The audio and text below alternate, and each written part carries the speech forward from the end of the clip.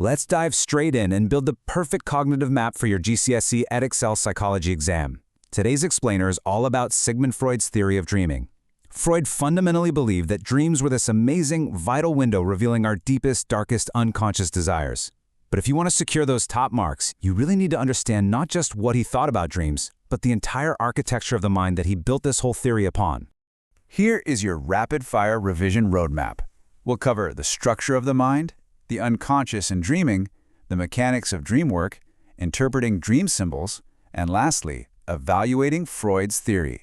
Starting off with Section 1, Structure of the Mind. You've probably heard of Freud's incredibly famous iceberg analogy, right? Well, that tiny tip visible above the water, that's your conscious mind. That represents the tiny amount of mental activity we actually know about right now. Just below the surface is the preconscious, things we could be aware of if we tried to remember them. But that massive, terrifying portion submerged deep underwater, that's the unconscious. Think of it as a locked vault where we hold our fears, our violent motives, immoral urges, and unacceptable desires, things we are completely unaware of.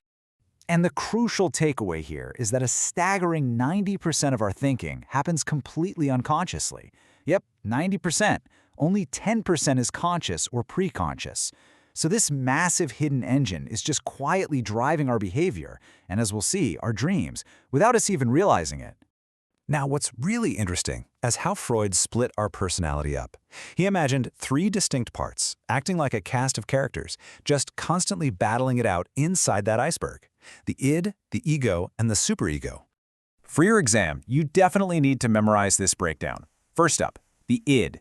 Think of this as the absolute wild child of the mind. It's completely unconscious, operates purely on basic instincts like hunger and aggression, and it wants instant gratification. It does not care about the rules. On the exact opposite end, you have the superego. This is the strict parent, your rigid moral compass, constantly judging your actions and demanding absolute perfection. And caught right in the middle, the poor ego.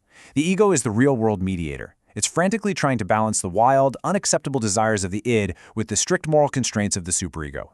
So what happens when those wild child instincts become just a bit too much? The ego uses a defense mechanism called repression. It quite literally shoves those undesirable demands deep down into the unconscious to protect the superego. Freud heavily focused on repressed sexual issues here. For example, a key concept you need for your key study is the Oedipus complex. This is the idea that boys around 5 years old develop hidden sexual feelings for their mother, become intensely jealous of their father, and then feel immense guilt about the whole thing. It's far too troubling to deal with consciously, so the ego represses the whole shebang. All right, moving to Section 2, the unconscious and dreaming. Let's see how the psychological structure creates dreams. Since 90% of our mind is unconscious and crammed with repressed thoughts, that pressure needs an outlet. Freud believed dreams fulfill those unconscious desires that are totally unacceptable in real life, but they can't just appear clearly or you'd wake up terrified. This brings us to a classic exam distinction you've got to know. Dreams have 2 layers. The manifest content is the bizarre, nonsensical story you actually remember waking up to, like, say, flying a giant fish to school. But the latent content, that's the underlying hidden meaning, the actual repressed wish. And psychoanalysis is all about uncovering that latent content. Which leads us perfectly into Section 3, the mechanics of dream work. How exactly does a dark, hidden wish transform into a confusing story? Well, think of dream work as a bustling factory working the night shift inside your mind. Its entire job is to keep your unacceptable thoughts hidden. It actively disguises the true latent content behind the confusing manifest content so you can stay asleep. This factory uses 3 main processes you need to define. 1. Condensation. This is when many different unconscious wishes get squashed together and appear as just one single symbol in the dream. 2. Displacement. This shifts the focus. Something incredibly important to your unconscious is hidden by making a totally unimportant detail seem like the main event. 3. Secondary elaboration. This is where the mind takes all these muddled, disguised ideas and weaves them into a somewhat logical narrative. It's the final layer of disguise to hide that latent content. Let's look at Section 4, Interpreting Dream Symbols, and actually see psychoanalysis in action. Imagine an analyst listening to a patient. Let's call her Beatrice. She says she dreamt of an eagle violently swooping down to grab a mouse, but it misses, and the mouse runs away. Meanwhile, swarms of insects are buzzing around the eagle, and nearby, inexplicably, there's just a house and a baby crying outside. Oh, and the eagle simply refuses to leave. What on earth could that bizarre sequence mean? Using DreamWork, the analyst starts unpicking. First, displacement. The dream focuses heavily on the eagle, but maybe that running, hiding mouse is the actual important feature, representing Beatrice herself.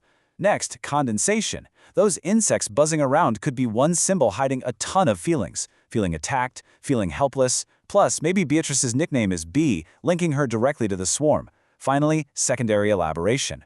The house and the crying baby don't even fit the scene. They were likely just thrown in by the mind to force the dream into a cohesive story, a total distraction from the real urges.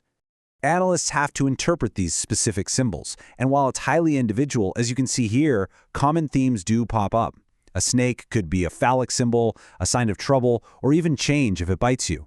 A lift might symbolize progress in your life, or, if it's plummeting, a terrifying lack of control.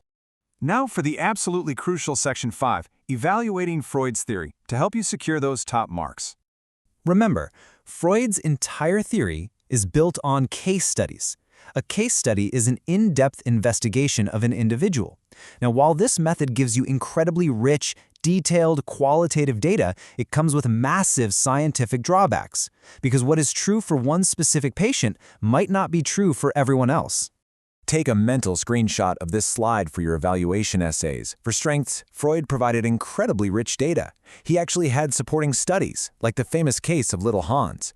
Plus, his core ideas founded psychoanalysis, which is a therapy still used today. But the weaknesses are severe. His sample was wildly biased, almost entirely well-off Viennese families, making it hard to generalize. The concepts themselves, like the unconscious id, are totally unmeasurable. You can't scientifically test them. Finally, interpreting symbols is incredibly subjective.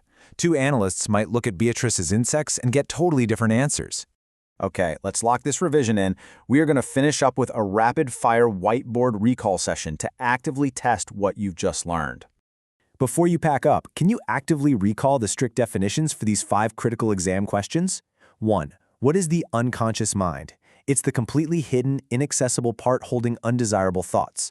2. What is the id? The wild child wanting instant gratification. 3. What is latent content? That's the hidden true meaning of a dream. 4. Name the dream work processes: condensation, displacement, and secondary elaboration. 5. What is the Oedipus complex? When 5-year-old boys have repressed sexual feelings for their mother and jealousy toward their father. If you can rattle those off, your cognitive map is absolutely set. But before you go, ask yourself this. Tonight, when you drift off to sleep and enter that hidden 90% of your mind, what dark, latent truths will your dream work factory try to hide from you?